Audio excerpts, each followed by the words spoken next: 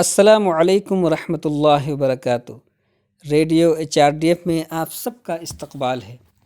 نبی اکرم صلی اللہ تعالیٰ علیہ وسلم نے ایک بار اپنے صحابہ کرام کو ایک خوبصورت اور حسین دعا سنائی۔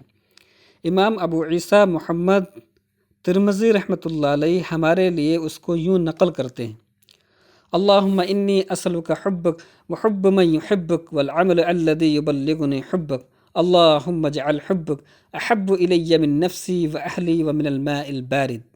اے اللہ، میں تجھ سے تیری محبت مانگتا ہوں، اور میں اس شخص کی بھی تجھ سے محبت مانگتا ہوں جو تجھ سے محبت کرتا ہے، اور ایسا عمل چاہتا ہوں جو مجھے تیری محبت تک پہنچا دے۔ اے اللہ، تو اپنی محبت کو مجھے میری جان اور میرے گھر والوں سے زیادہ محبوب بنا دے۔ اے اللہ، اپنی محبت کو ٹھنڈے پانی کی محبت سے بھی زیادہ کر دے۔ سبحان اللہ، کتنی حسین اور پیاری دعا ہے۔ اللہ تعالیٰ کی خوبصورت و عزیز تخلیق، اشرف المخلوق انسان اللہ تعالیٰ سے اس کی محبت اور عشق کو طلب کر رہا ہے کہ اے میرے رب، اے میرے پروردگار، میرے دل میں بس جا۔ وہ اس طرح سے دعا کر رہا ہے۔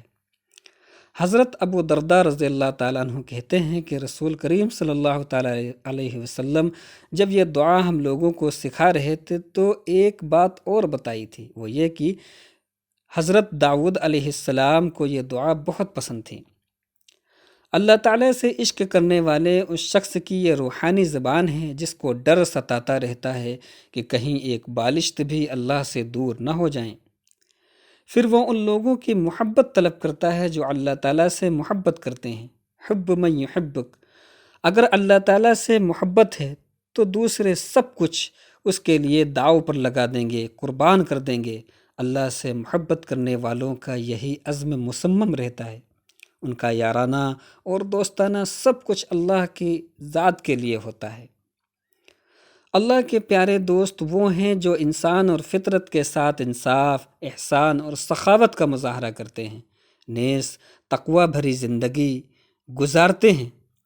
وہ ہمیشہ دست دعا رہتے ہیں کہ یا اللہ، ہمارے لیے محبت کا ماحول بنائے رکھنا۔